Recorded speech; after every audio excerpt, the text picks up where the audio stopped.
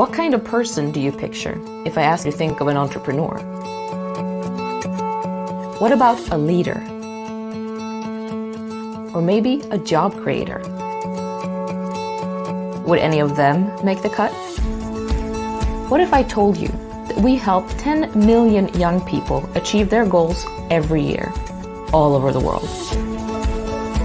And in turn, they create jobs and prosperity. JA has been preparing young people for successful careers since 1919. You find us all across the globe, in more than 100 countries. We're getting young people ready for work. And we get results. Our students go on to excel as professionals, taking control of their lives and careers, and some even succeed beyond their wildest dreams. JA students learn to do things like balancing a budget, negotiating deals, setting goals, and working in teams. It's hands-on learning from professionals with real-life work experience. All our programs are based in 3 fundamental principles: work readiness, financial literacy, and entrepreneurship. For example, in JA Company program, young people learn how to start and run a business.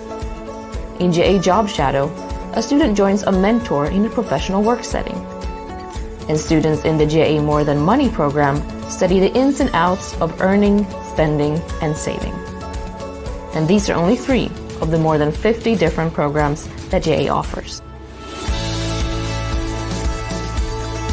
Our network of staff, volunteers, and partner schools reaches young people all over the world, from major cities to rural communities and everywhere in between.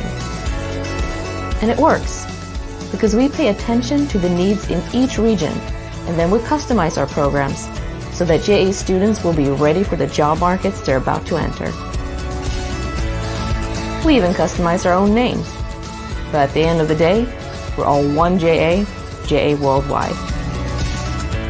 And the core of our organization is the same everywhere. JA inspires and prepares young people to succeed in a global economy. Whoever they are, wherever they are, JA activates young people for the future of jobs.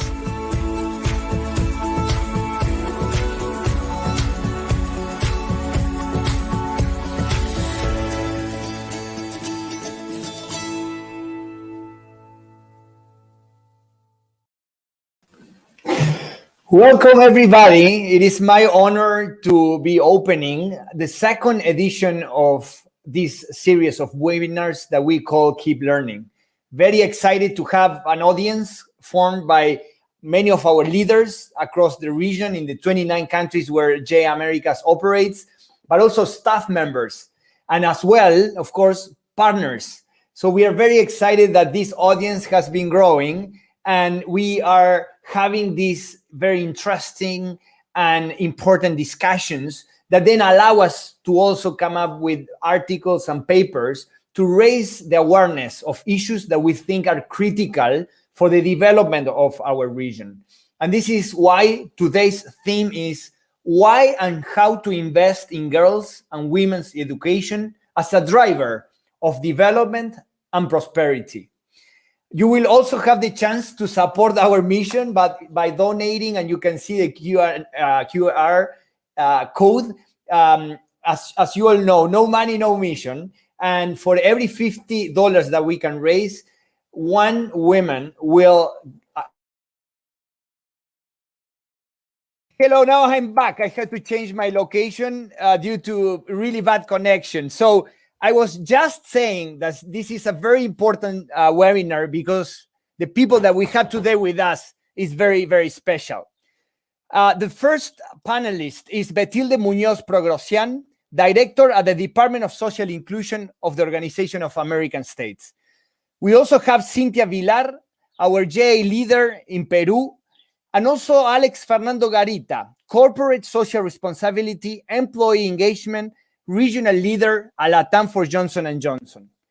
And finally, Hector Mujica, Economic Opportunity Lead at Google.org. So as I said at the beginning, today's discussion is about a social issue that we are, of course, all concerned about. It is something that keeps us awake at night because we understand that if we can tackle that issue, we can definitely make a huge difference across the region. So just to set the stage before we start with this conversation with the great panelists that we have today, I just wanted to share with you some ideas and some concepts. At the end, some concerns that we are all aware of. The first one is kind of obvious, and it is how the COVID-19 has impacted the region. And those things that were already bad now has gotten even worse. Globally, women aged 25 to 34 are 25% more likely than men to live in extreme poverty. The World Economic Forum predicts that now it will take 136 years to close the gender gap globally, which was only 100 years before the pandemic. Many working women in LAC region have lost or needed to quit their jobs because something very simple. Schools are closed, and now many of them have to stay at home taking care of their child. Most working women believe their careers will be slowed by the pandemic. And we can always think about this issue of the gender inequality in terms of dimensions. The first one, very important, related to Jay's mission, is of course education, where 31% of young women aged from 15 to 24 were not in education, employment, or training in 2020.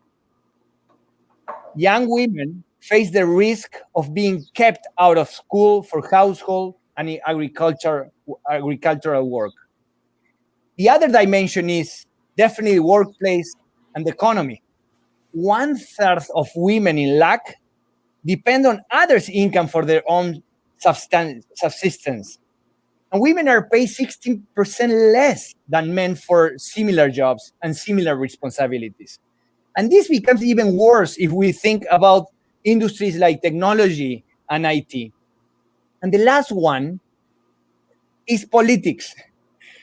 We only have 1 in 4 seats that are held by women in national parliaments. So when I think about why it is so tough in our region to get consensus between different perspectives and ideas, it is just because it's only men dealing with each other. And that's a huge concern from my perspective. So now let's go into what it is most important, which is to get the feedback and the opinions of today's panelists. And as I said at the beginning, we have kind of a mix of some leaders that are in close connection and contact with governments across the region, some leaders that are bringing a change or trying to make a difference from corporate, and also a leader trying to do the same thing from the civil society. And this is also this collective effort that we think it is so important. So I will start with 4 questions. The first 2 will be more about the why, so we make sure that we understand that there is a meaning in the effort that we put every day to change this status of the region. And then to talk about the how, more to go into the action, the things that we can do to bring some hope to this conversation. And I will now tell Cynthia and Alex, the 2 of you, to get ready, because the first one, I will expect the 2 of you to answer. And then for you, Betilde and Hector, is easier because someone else broke the ice, and that's good in this situation. So the first question is, in your perspective, and always keep it personal. I know you are all representing a brand and you're representing big organizations, but we like to have also a conversation based on the personal beliefs and the convictions that we have, right? So why, and I will go with you, Cynthia first. Why is it so relevant and critical to invest in girls and women's education? Hi, Leo. Hi, everyone. Thank you for the invitation. It is an honor to be here with such wonderful panelists and bringing this topic to light, right? Which is a topic that I think that we must hear about and do something about every single day. And yet we are doing very little, but every effort counts. So this is a big step towards the solution that we need. Why is it critical or important to me? I think the first thing is I'm a woman. So that is the first answer. And I feel the need of doing more things for other women. Also, I'm a mother of a daughter, 10 years old, a single mom, and that makes it also different. Trying to raise a girl for this future. Sometimes I wonder into which world I have brought her. But then I realized that working hard towards making conditions better will bring her also to a better future. As you just said, and numbers don't lie, there's a lack of possibilities, and based on the lack of education in Latin America and around the world. This is not just a LATAM problem, it's around the world.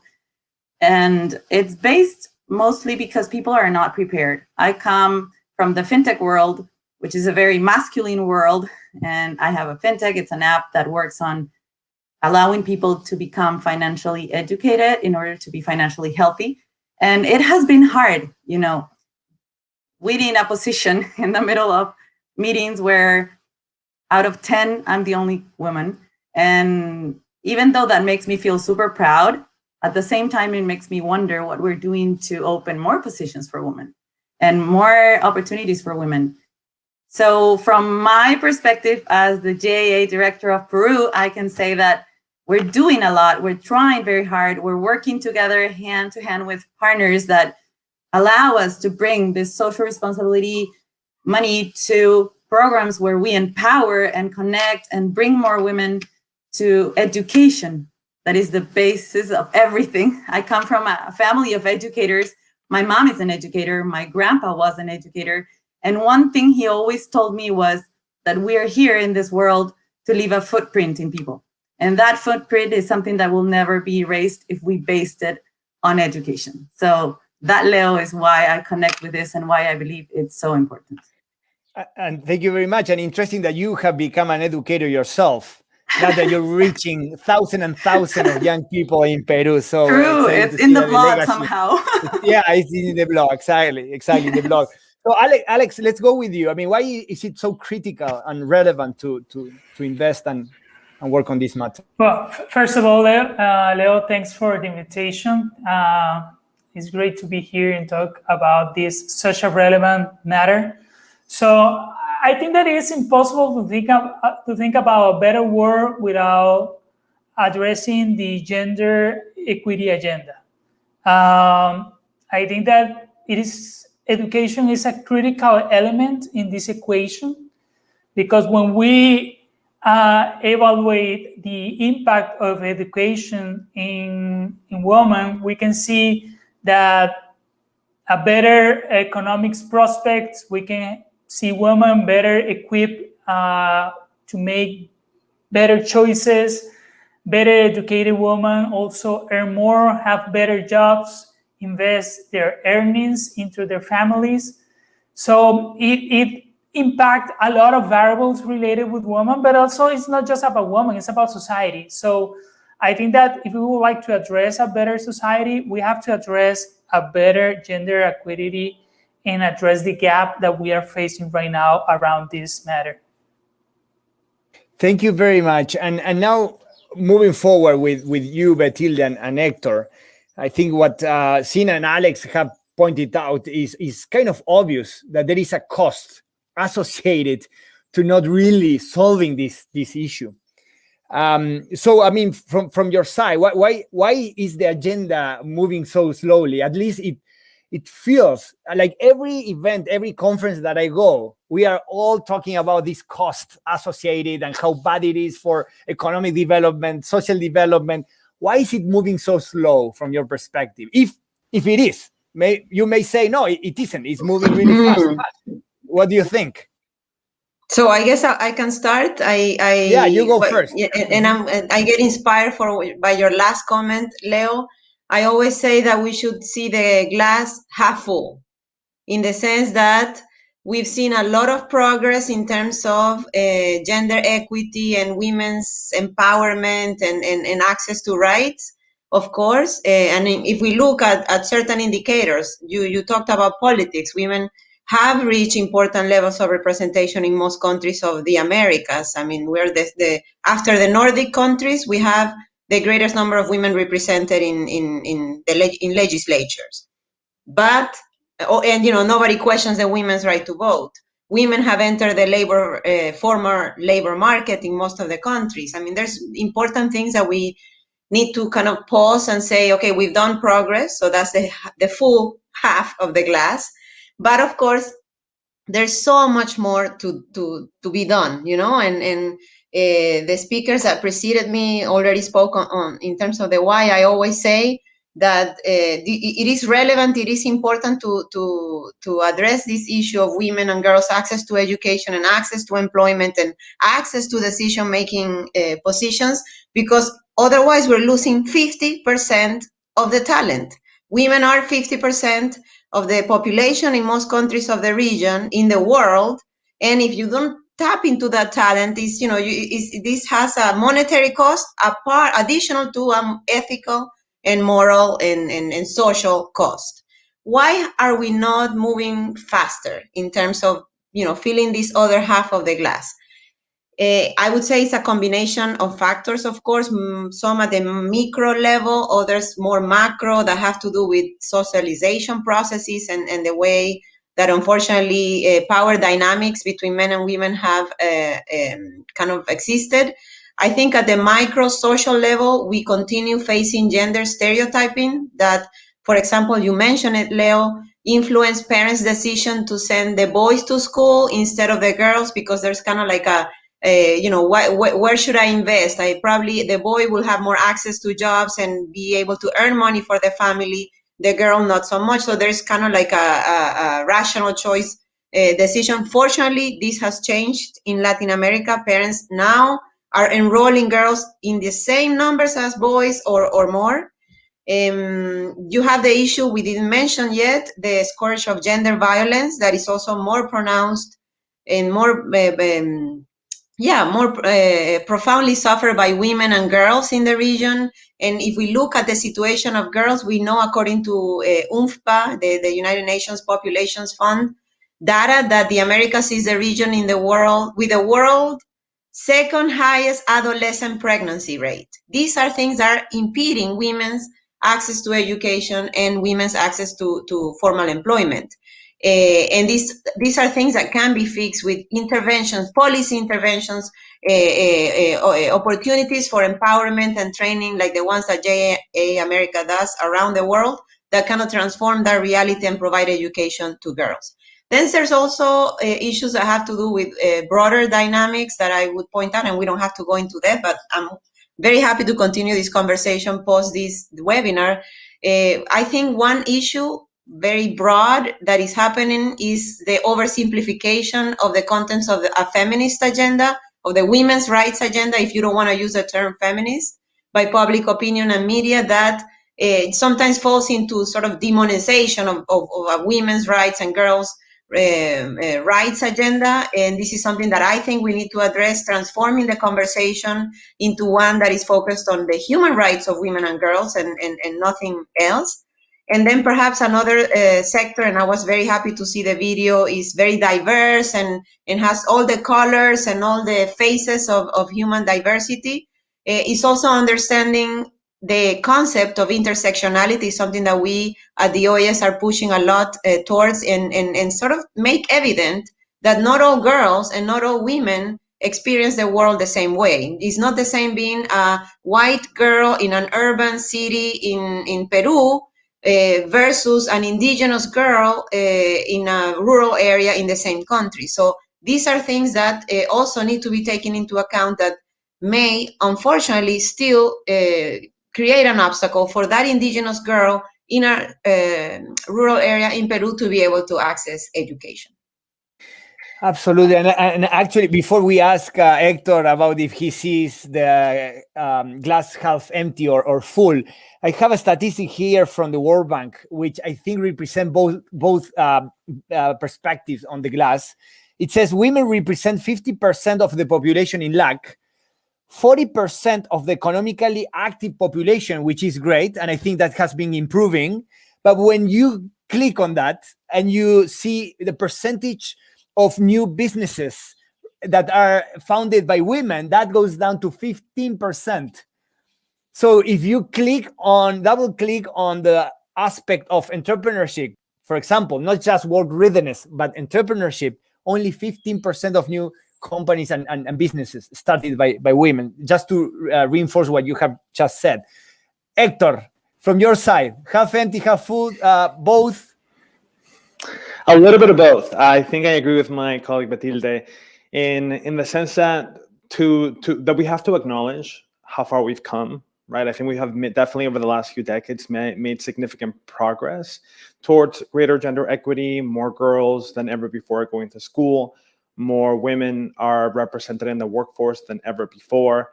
But enter COVID-19 and the pandemic and enter a handful of new challenges, right? We're seeing globally that women are twice as likely to lose their jobs as a result of the pandemic.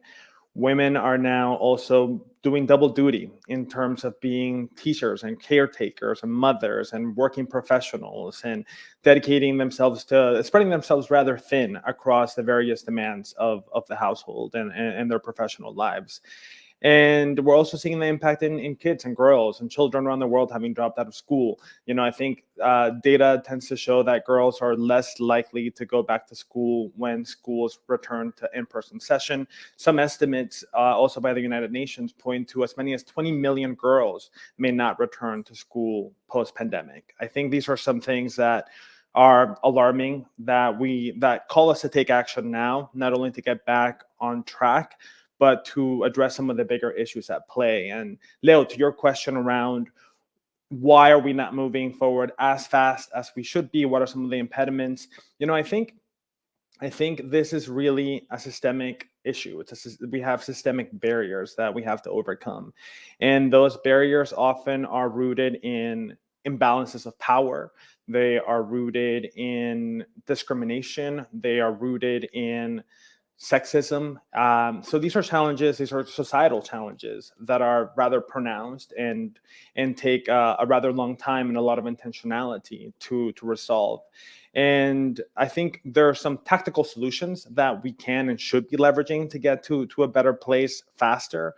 We need to get more money to solutions focused on women and girls, and we need to support more women in decision-making roles. Some things that we can be doing alongside of this is put more money towards solutions that are centering set solutions on women and girls, that are led by women, that are centered on the women experience, and are going to therefore be able to have the most disruptive and meaningful impact in those communities. We can also put more money, quite frankly, put more money towards resources and solutions that are centered on women. We know that worldwide, only 1.6% of philanthropic dollars go to causes that are focused on women and girls.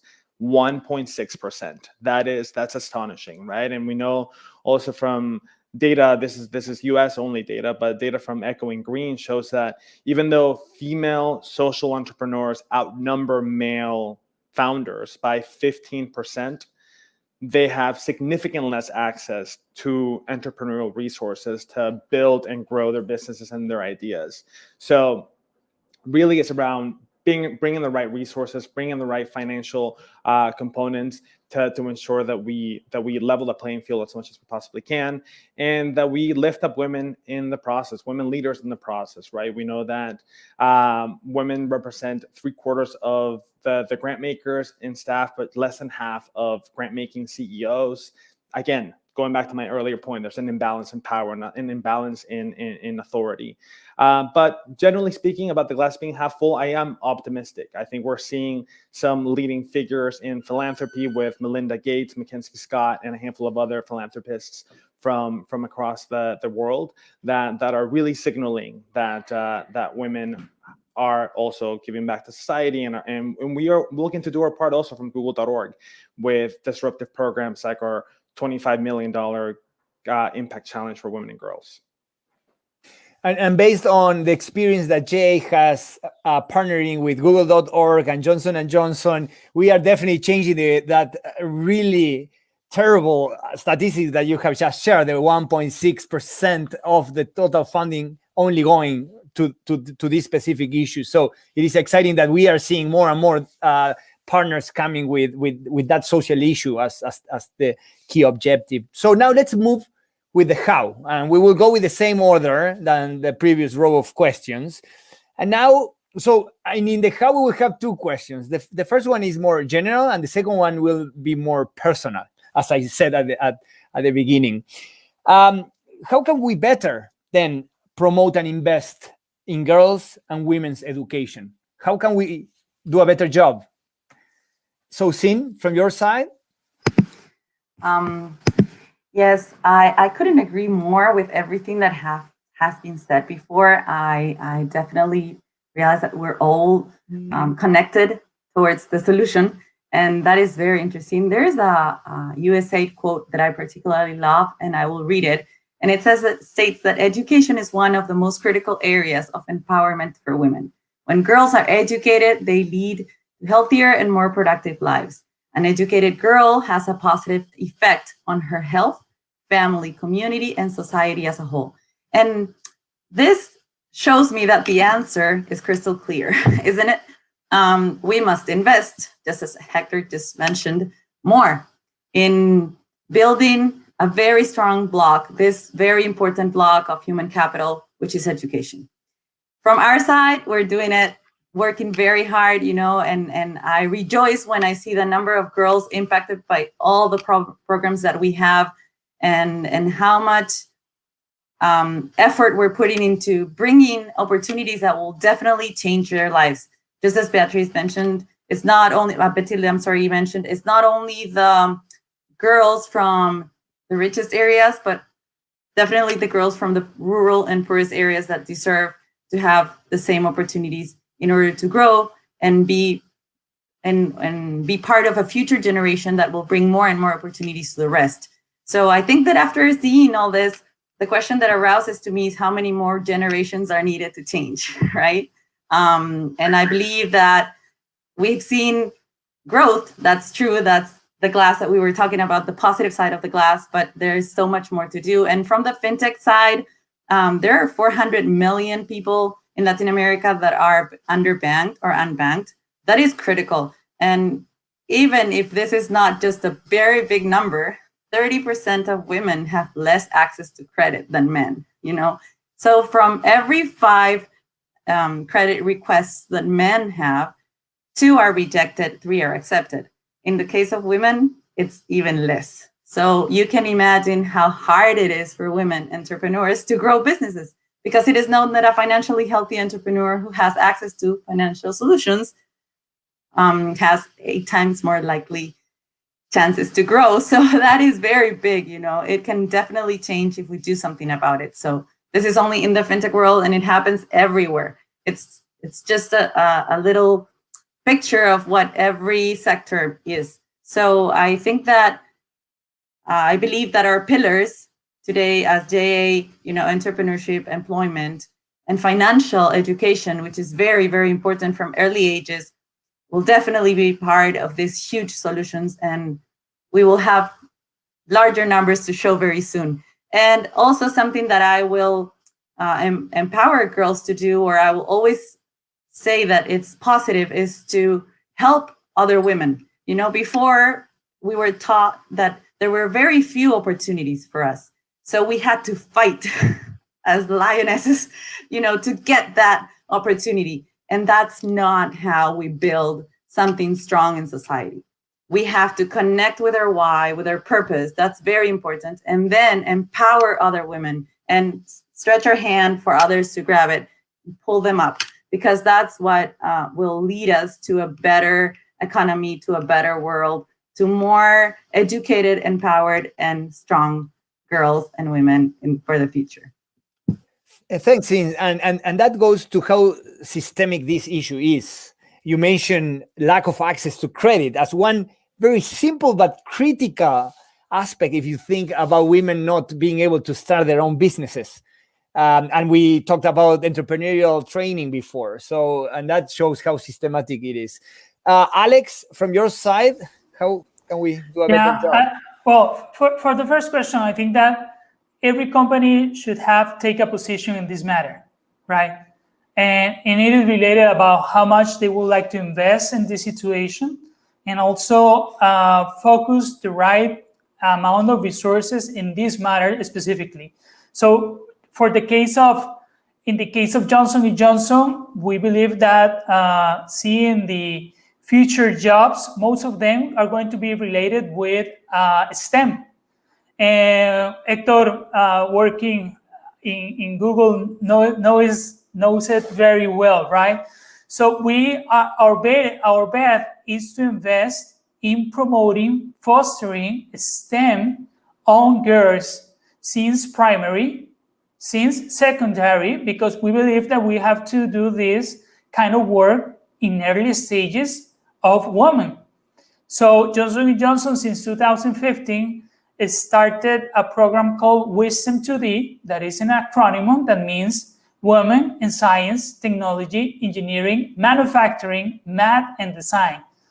A big word, right? But it has been quite a journey, because we have seen the effect of this work with not just as a Johnson & Johnson, but also the power of partnerships.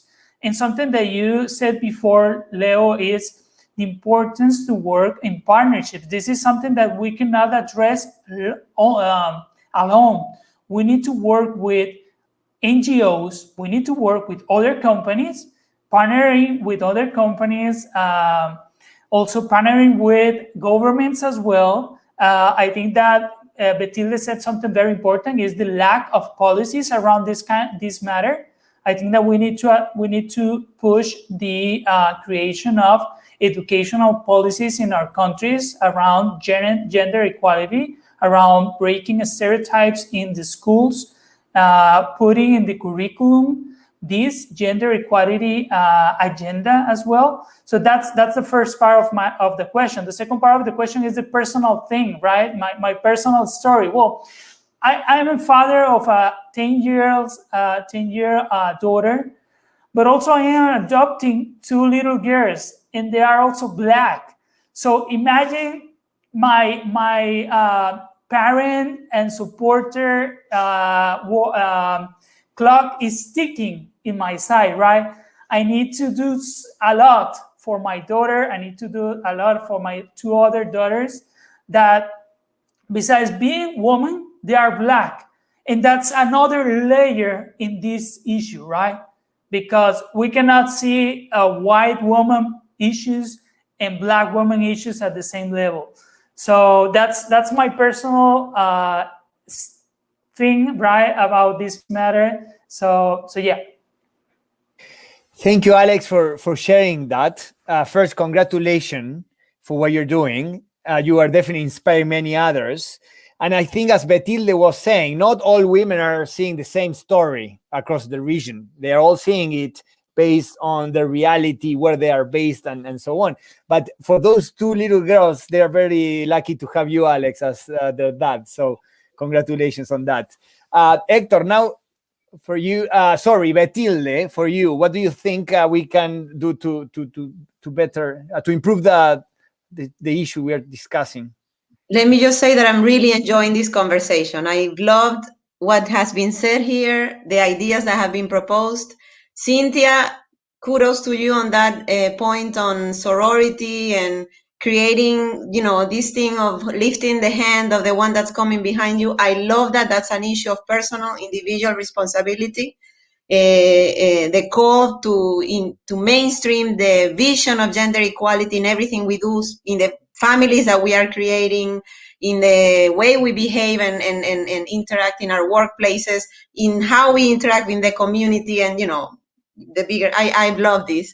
And perhaps you guys have already mentioned some of the policies, projects, or interventions, and for even need for funding on certain initiatives that can help further the gender equity agenda.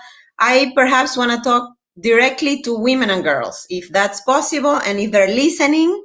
I think it's important that we as women also work in our own empowerment, right? And find ladies and people, women who are referent, who can serve as a model for what we want to become. Of course, the road to our own leadership is a very personal one, of course. I mean, we know the new challenges we're willing to take, what costs are we willing to pay, because there are costs in terms of developing an agenda in the public sphere or a new business. I mean, you have to make decisions in terms of how you're going to invest your time. I mean, hopefully you have the privilege of making those decisions. Only we as women know what we are ready to tackle, when we should do it. And perhaps I would just make 6 very basic recommendations. Number 1, we didn't discuss it, but it's something that I am like fascinated and I think we need to discuss more, is that we, girls and women, have to work on their own imposter syndrome. All people have it. Men and women have imposter syndrome. But because of particular patterns of socialization, women and girls face the imposter syndrome more, and that generally tends to impede having the courage to take on a new assignment, say yes when you're invited to take on a project or a presentation, things like that. Just for those of you who don't know what the imposter syndrome is actually, it was coined by Sheryl Sandberg, the former CEO at Facebook, that said talked about these ideas that we have in our head that sort of make us question our capacity, whether we are ready to take on a new assignment, more challenging opportunity, and that are, is things that we can ourselves address. So number 1, we need to teach our girls and work as women and as girls on our own imposter syndrome. 2, very important, to map out aliados, I guess, did I say it right in English? Make sure that you know both men and women who can work with you on this road to empowerment. Number 3, the need to make, or sort of, work on making intelligent and humane networking, or human-centered networking that is based on people, on the person, and not what you can get from them. So that, I think, is very basic in terms of creating our own pathway to leadership. Number 4, be your own advocate, and for other women, which is why I love Cynthia's point on this. And this is in terms of opportunities. If someone gave you an opportunity, you took it and shined.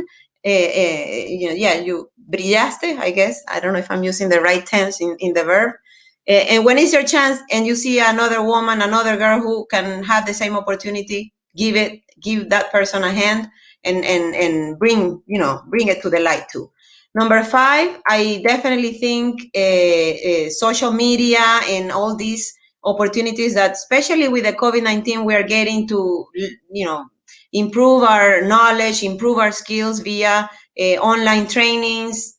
The presence and all the information that is available is another way that we as women and girls can continue improving our road to leadership, which takes me to the last point, which is investing in yourself. If you have the opportunity to take these opportunities, to take these projects, to take these challenges, don't say no, go for it, forget about your imposter syndrome, and keep shining, keep leading. And Betilde, I've been seeing you in action on social media, really becoming an influencer and raising, the flag and raising this issue. And I mean, you're the director of a department in the Organization of American States, not any department, but the one focused on social inclusion. And I mean, from my perspective, governments in general are too conservative, and are difficult to move. But I've been seeing you moving fast and being more fresh. And from your personal experience, I mean, the path and the journey that you have gone through so far, I'm sure the 6 things that you have just shared are the things that you have been applying. Is that Correct. the case? Something else you would like to add on how you went through that journey for many girls that might be listening today? I think, again, it's a very personal decision. Only when you're ready to take on this. But I think the key advice is don't postpone it. deliberately sit down and think with intention how you see yourself, where you're going to invest for your own personal and professional development, and sit down and write a plan and how you want to achieve this. And if perhaps two additional pieces of advice. Number one, don't think of yourself in a unitary leadership line. Try to diversify, because there's many facets to you. You are not the job is not you. Think of yourself as contributing as a volunteer in particular activities in your community. But also, if you have some savings, investing in a particular business where you maybe will grow, and then that will become your livelihood. But don't forget about your academic, nurturing your academic side, or, intellect. Maybe you're not in academics, but reading and learning new things. And, I think it's definitely need to diversify. Don't put all the eggs in one basket. And then the last piece of advice, find women that inspire you. Find that person who you want that person to be your reference. And connect with them. Don't be afraid to send a message in LinkedIn, to find them in social media, follow them, and learn how they did it, what the challenges they face and how they overcame it. And again, do it in an intelligent and humane or human-centered way, not because you're going to take things from that person that inspires you. Also offer things to that relationship, because we know, people know when you just want to connect to get something out of it, not because there's something personal and inspiring about the relationship. Speculate. Do it genuinely. Don't speculate. That's the case. Yes, yeah, exactly. And Hector, from your side, how can we do a better job? And also from your personal side, how are you affected by this topic, if you are in any way? Yeah, happy to speak a little bit about that. So I think we've done some thoughtful conversations around personal development. I really loved everything you mentioned, Betilde. We also talked about entrepreneurship, talked about the power of STEM and early childhood education. I think all those components are incredibly important. Where I tend to be focused, or when we tend to be focused at google.org, is very much on pathways to the digital economy, very much recognizing that the trends that the economy is headed is very much in a much more interconnected and much more digital direction. So, we see that in the data. We know that nearly 2/3 of all new jobs created since 2010 will require either a high level or medium level of digital skills. And we also acknowledge that there is a skill divide, a skill gap that's closely aligned and very much attached to the gender gap, which is why at google.org we've been investing and heavily focused on narrowing that gender gap in terms of access to digital skilling, and by extension, access to jobs in the digital economy, access to upward mobility, and ensuring that gender is not a determining factor in prohibiting that access. In Latin America, we've been working with organizations like Sulabatsu in Central America, Red Mujeres Emprendedoras in Brazil. We've been working with organizations across Latin America like Laboratoria, which is really very much focused on, again, bridging that gender gap for women in tech across Latin America. And we've been seeing tremendous success. So again, I'm going to leave with a note of optimism in sharing that we are seeing, and we're highly inspired and motivated by seeing these organizations, the tremendous work that they've been doing to date, the impact they've been having, and also moved by their commitment to bridging these gender gaps. On a personal note, and why this topic is near and dear to me, not just wearing my professional hat as google.org, but also my personal hat as a brother to a sister, as a son to a mother, as a husband to a wife. The topic of promoting gender equity is as important now as ever. Like I spoke about earlier today, the pandemic is creating greater divides, is really highlighting some of the existing inequalities that plague our society. And we have to take active steps, both professionally and personally, to create more inclusive and respectful environments that actively and intentionally combat sexism where we see it. We need to be making space for female voices, female leadership, where we have space and influence, and just be really intentional in how we design our work, how we approach our work, how we approach our grant making as grant makers, our personal philanthropy as individuals, and really acknowledge that ultimately a more equitable world means a more just society, and that is something that we should all be striving for. Thank you very much to all of you for not just sharing your professional view, but also more from the personal. We do have some questions from the audience, and the idea is that I will share the question and you can decide who wants to answer it. The first question is related, I think, something to what Betilde mentioned, and it relates to the fact that there are other cuts when looking at gender issues, such as race and other minorities, as we said. The question says, for example, a white woman has statistically fewer employability challenges than a Black or a trans woman.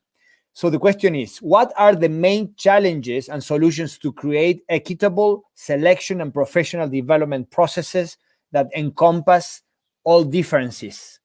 So how we bring that diversity when it comes, to equity challenges into corporations who are hiring and putting professional development plans together?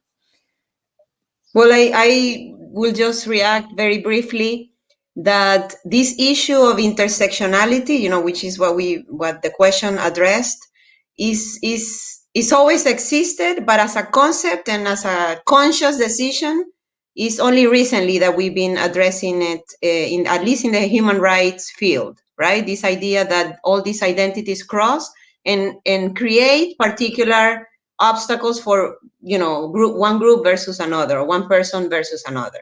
And because of that, we are not very adept at mainstreaming the vision of intersectionality in public policy design and public policy implementation. Just to say, we are estamos en pañales, no? We're in diapers. Yeah, in diapers. In terms exactly. So it's a challenge just because of that, right? In the workplace, it has everything to do with leadership, making a decision to prioritize the learning, organizational learning and individual learning, and adjusting certain dynamics in the workplace to the realities of particular members of the group, right? It may mean consider, and we're doing it now in our own organization, a telework policy that considers that male employees versus female employees, because of traditional division of labor in domestic affairs, have different challenges at the time of arranging their schedules. And it may mean sort of making explicit that diversity, that inclusion, will be a principle by which the office, workplace, and business will operate, right? And I will have to say that, there's many studies that have already quantified the cost of excluding particular members of groups, the talent that this diversity of people bring.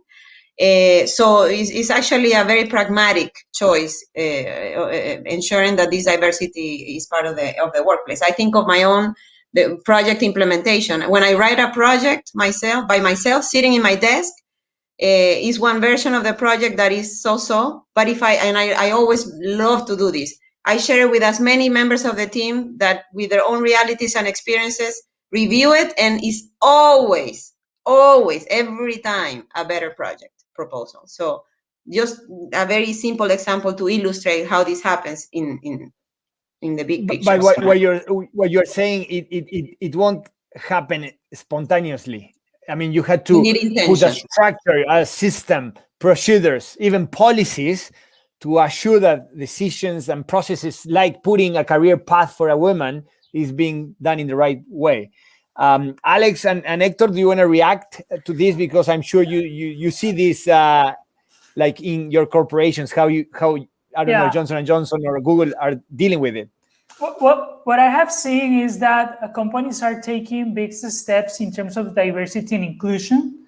And when you see, for example, these new roles about diversity and inclusion leaders in the organizations that the organizations are currently hiring, And it's like a big advance in this agenda, right? I think that this is a situation that organizations know that they have to address. So having in place procedures, having in place policies in order to assure the fairness in the process of recruitment, in the process of development, in the process of promotion is part of the things that our companies are moving forward in this matter. And the other thing is also companies are fostering within the organizations the employee resources group. The employee resources group is an amazing opportunity for our employees to move the agenda on specific matters. So in the case of Johnson & Johnson, we have an employee resources group related with opening out, another resources group related with women leadership inclusive. So this is another element that we are adding and we are seeing in the organizations, and it is part of how we are advancing in this specific matter. Yeah, and I'll quickly add, yeah, like Alex mentioned, right? I think all the similar sentiments also apply to a workplace like Google. I think the fact that corporate America is now having to confront these realities and it's having to answer these questions to their stakeholders, whether it be the employees, whether it be policymakers, whether it be investors, right? I think we're seeing a greater level of accountability, a greater level of sophistication around these themes and these topics, and companies are responding in line. They're staffing up with teams that are being thoughtful, incredibly thoughtful around intersectionality, around really understanding the nuances of identity, right? It's not, identities are no longer binary, and I think are now much more complex and much more integrated than ever before. And I think there is, as a result, a need to meet the place where society is from a corporate perspective. Similarly to what Alex was mentioning, I think the way that Google addresses that is both empowering employee bases through employee resource groups, through forums and dialogues, and also ensuring that we have greater representation and leadership. We've made a lot of commitments over the past year around racial justice, racial equity, and that's being taken particularly seriously as a company. And I think we see that reflected in corporate America as a whole, which again makes me optimistic about the trajectory that we're headed in. Thank you. And we have many more questions, and I want to let the audience know that we will continue to have these type of debates. But the last question that I wanted to share is related to the fact that these challenges seems to be the same across every country in the region. And in this panel, we have, I think, 2 from Venezuela, 1 from Costa Rica, 1 from Peru. Do you think that's the case, that is kind of universal for the whole region, or there are like clear differences between countries when it comes to gender gaps? Like, do we have countries that are doing really, really bad compared with others, or what is your experience, perception?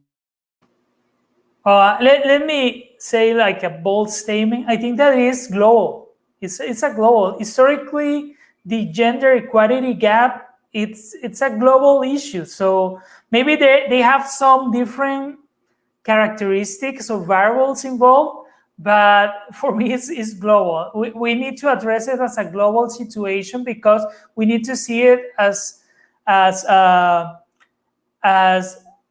main situation to solve. We cannot take we cannot take the level of urgency in this matter by going to the details of each country. It's something that we need to take it at the urgency high level action. Correct. Correct. Leo, just to add on to what Alex said, I believe that, yeah, it's a global matter. It's something that we should address as a worldwide thing if we want change to be, for everyone. I do also realize that some countries have a head start in what they have been doing, and that is not to compare with them, but to look up to what they have done and be able to try to replicate what has been done well and fix whatever has not, but not in terms of, oh no, they're better, so we don't see them anymore, but in terms of let's learn from them and let's continue to grow from experience. That's the best way of growing.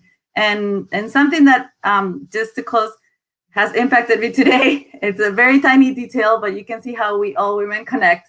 And it's the polka dots that Betilde and I have. So we have to spread the word of this, just as these polka dots have spread all over. Because things are not casual, they are all cause effect. So I think that is something important, Betilde. Excellent. I agree with you, Cynthia. I would yes, my point was actually along the lines of what just was mentioned by Cynthia in terms of the collective learning that can happen regionally, right? Because there's commonalities to the challenges, but there's more progress, for instance, on women's political representation in certain countries of Latin America versus others. But there's very interesting entrepreneurship programs and a more lively ecosystems for new businesses in some countries versus others for women, right? Or poverty programs or poverty alleviation programs more developed in some countries and not so much in others. And so the point is the collective learning that can happen amongst countries, which is something that we do very well at the OES, connecting countries and helping them cooperate with each other to improve the responses, to improve the policies that are designed to address the challenges of gender inequalities and gender inclusion. Yeah, and I'll quickly mention, I agree with my colleagues, right? I think machismo, sexism, patriarchy, this is an ongoing pandemic and there's no vaccine for this one, right? And I think the way we're going to solve this, like we've been talking about, like we've been mentioning, it's going to be through collective action. It's going to be through dialogue. It's going to be by having the tough conversations and having the difficult acknowledgments where we have to acknowledge each of our shortcomings. And we're seeing that. We're seeing different countries be more comfortable with some of that dialogue and some of those conversations. And I'm hopeful that more and more countries will follow suit. And I think this is the best way to close today's webinar, because this webinar also tried to be part of that collective effort to build the collective knowledge, as you, Betilde, were mentioning. So again, Alex, Hector, Betilde, and Cyn, thanks for being part of today's webinar, for sharing, as I said, from your professional, but also from your personal perspective. And hopefully we'll continue this debate, and not just a debate, but also going into actions and bringing solutions to this social issue. Thank you all of you who have joined us today, and hopefully we will see you in the 3rd edition of our Keep Learning webinar series. Bye-bye. See you next time. Bye. Thanks so much. Ciao. Ciao. Ciao, ciao.